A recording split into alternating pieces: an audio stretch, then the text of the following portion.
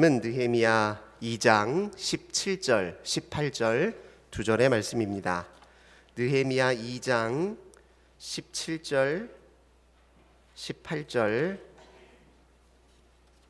두 절의 말씀입니다. 우리 한 목소리로 함께 봉독하겠습니다. 느헤미야 2장 17절, 18절의 말씀입니다.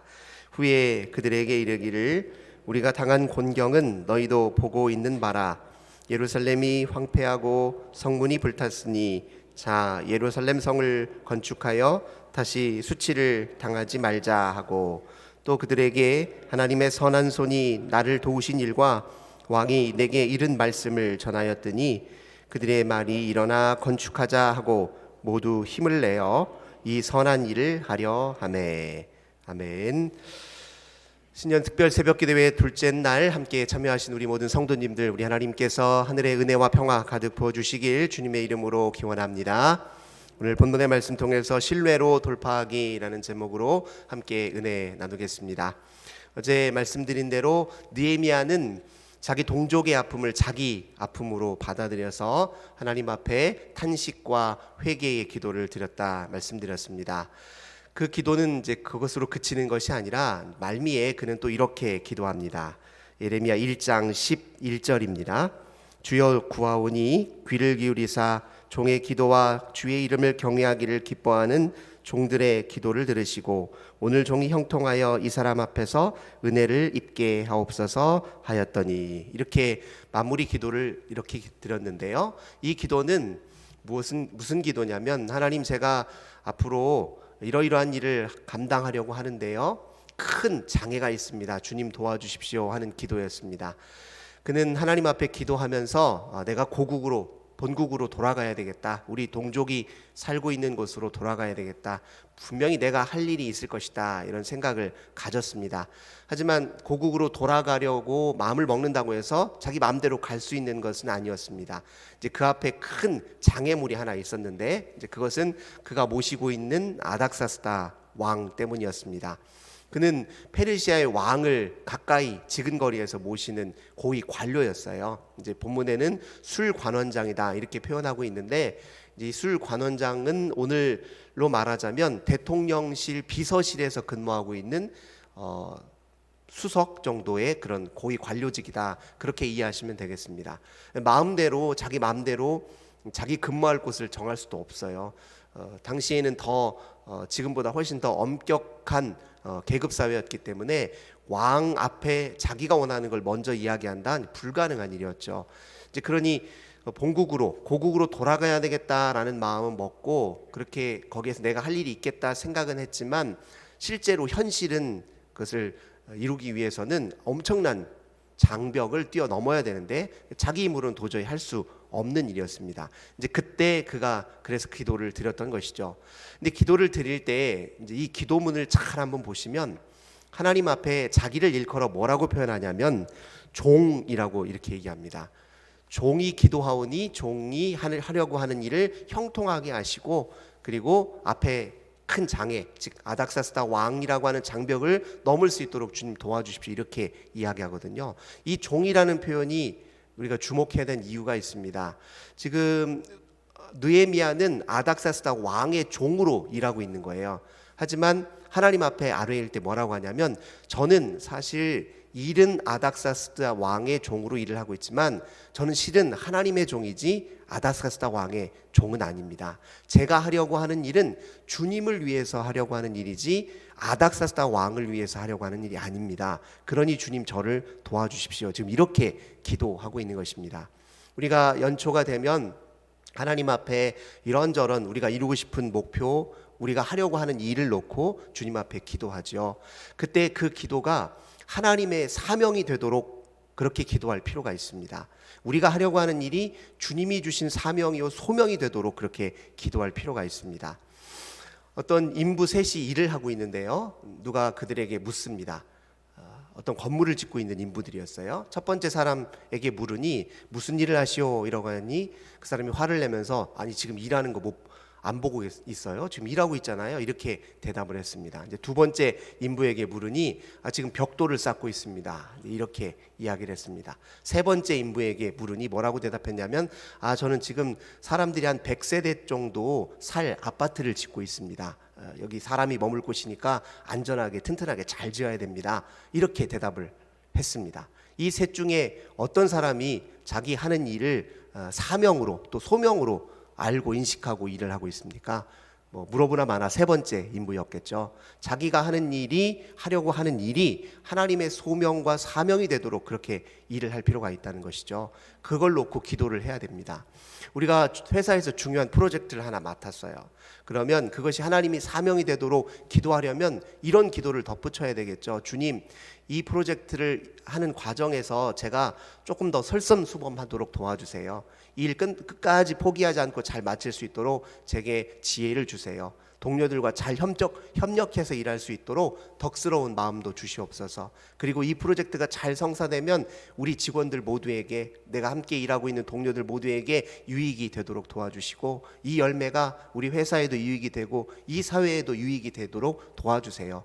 이렇게 기도하는 것이 내가 하려고 하는 일, 내가 이루려고 하는 것이 하나님 사명이 되도록 만드는 기도라고 할 수 있습니다. 그러니까 우리는 단순히 일을 할 때요, 목표만 생각할 것이 아니라 그 일을 이루려고 하는 목적을 한번 생각해 볼 필요가 있습니다. 그리고 그 일을 통해서 우리가 이루려고 하는 가치를 생각할 필요가 있습니다. 목표와 목적은 엄연히 다른 것이거든요. 지금 느헤미야가 주님 앞에 기도할 때는 단순히 목표를 위해서 일을 기도하는 것이 아니라 목적, 내가 누구를 위해서 하려는 일이고 이것이 궁극적으로 무엇을 이루려 하는 것인지를 분명하게 주님 앞에 말씀드렸습니다. 그는 고국으로 돌아가려고 했잖아요. 이건 단순히 자기가 고국에 돌아가서 성벽을 쌓는 일, 그저 자기 하려고 하는 프로젝트를 완성하기 위해선 그런 기도를 드렸던 건 아닙니다. 그는 결국 그 모든 일이 자기의 신앙을 지키는 것이고 민족의 신앙을 지키는 것이고 그게 여호와 하나님 신앙을 지키는 것이라고 믿고 확신했기 때문에 이렇게 기도를 드렸던 것이죠. 그 앞에 있는 모든 장애물들은 하나님 앞에 이렇게 선명하게 자기 소명과 그리고 목적을 분명히 아뢰인 이후에는 어떻게 도우실지는 이제 하나님의 몫인 거예요. 하나님께서 내가 잘 알지 못하는, 예측하지 못한 방식으로 도울 수도 있지만 이제 중요한 것은 하나님의 도우심의 타이밍과 때를 잘 기다리면서 주님 앞에 인내하며 기도하는 것이 굉장히 중요하겠죠. 이렇게 기도할 때 하나님께서 그를 도우시는 이 타이밍과 방식이 매우 절묘합니다. 2장 1절 한번 보시겠습니다.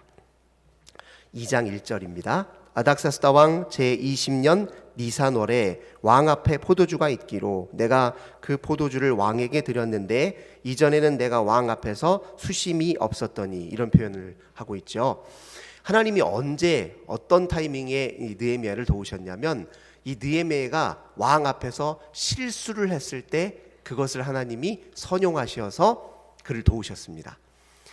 평소 같으면요, 느헤미야가 왕 앞에 이제 시중을 들려 섰을 때는요, 굉장히 자기 관리가 철저합니다. 왕 앞에 불편한 기색이나 안색을 보이는 것은 그거 큰 실수예요. 뒤에서 보면 알겠지만 왕이 그에게 아니 평소와는 다르게 왜 이렇게 얼굴이 어두워? 혹시 무슨 걱정거리가 있어? 이렇게 물었을 때요, 느헤미야가 덜컥 겁이 났습니다. 이게 3절을 보면 그런 표현이 있어요. 3절과 4절 이렇게 보면 그가 2절입니다. 2절을 보니까 왕이 무슨 근심이 있어라고 물었을 때 그때 내가 크게 두려워했다, 이런 표현이 있잖아요. 이게 뭐냐면 평소 같으면 하지 않을 실수였어요. 왕 앞에 불편한 기색을 보이는 일은 이거 큰일 나는 일이었거든요. 근데 아차 싶어가지고 지금 크게 두려워했다, 그런 뜻이거든요. 그러니까 의도하지 않게 자기 마음을 들킨 거예요. 지금 민족에게 돌아갈 생각은 하고 있지만 그게 자기 마음대로 되는 일이 아니니까요. 얼마 지금 조바심도 나고 걱정도 되잖아요. 근데 그게 지금 얼굴에 드러났다는 거예요. 근데 하나님이 이 실수를 사용하셔서 지금 도우신 거예요. 왕이 그렇게 얼굴이 무슨 근심이 있느냐 하면서 3절에 보니까 이렇게 얘기합니다. 왕께 대답하되 왕은 만세수를 하옵소서. 내 조상들의 묘실이 있는 성읍이 이제까지 황폐하고 성문이 불탔사오니 내가 어찌 얼굴에 수심이 없사오리까, 이렇게 대답을 합니다.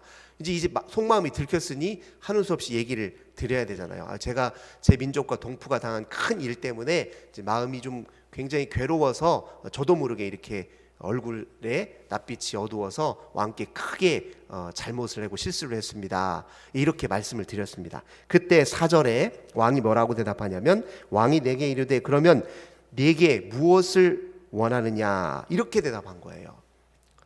근데 왕이 이거 반응이 자기가 예측하지 못한 반응이었어요. 네가 원하는 게 뭐냐 이렇게 물었거든요.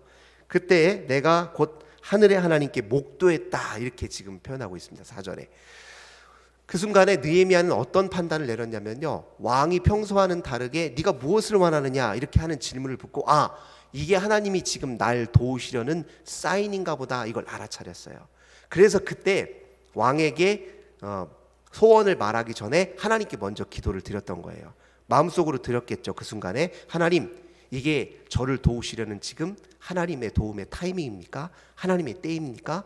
이렇게 다시 한번 물으면서 기도를 했던 거예요.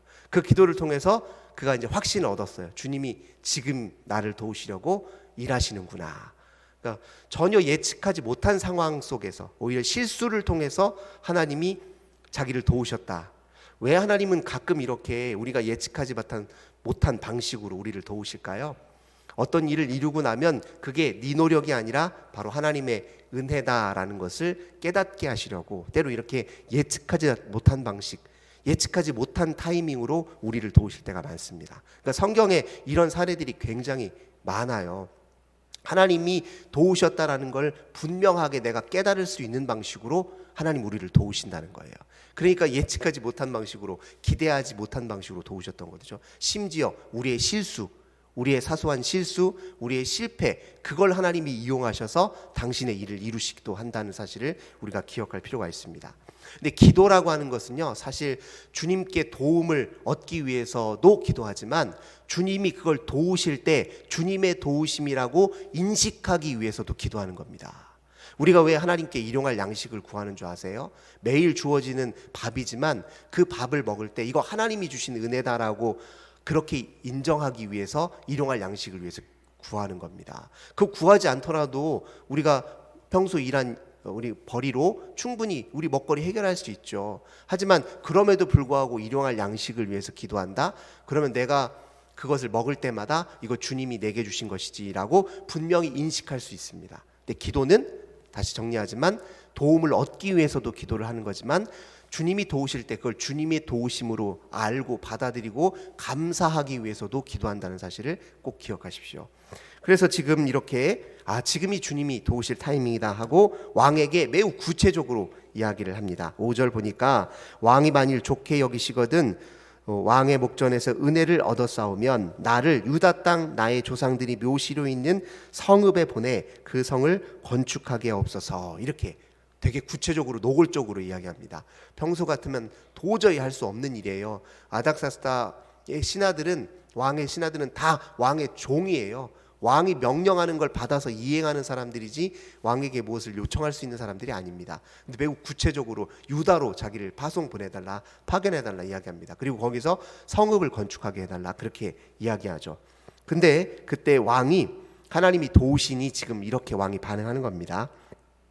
6절에 보니까 어느 때에 돌아오겠느냐 이렇게 허락을 해주는 거예요. 내가 보내줄 테니 언제 돌아오겠느냐 이렇게 얘기합니다. 그래서 내가 기한을 정하고 7절에 하나 더 요구합니다. 뭘 요구하냐면 제가 그 먼 길 예루살렘까지, 페르시아에서 예루살렘까지 거리는 1500km 정도 됩니다. 그러니까 지금도 아마 차로 가더라도 이틀은 가야 되잖아요.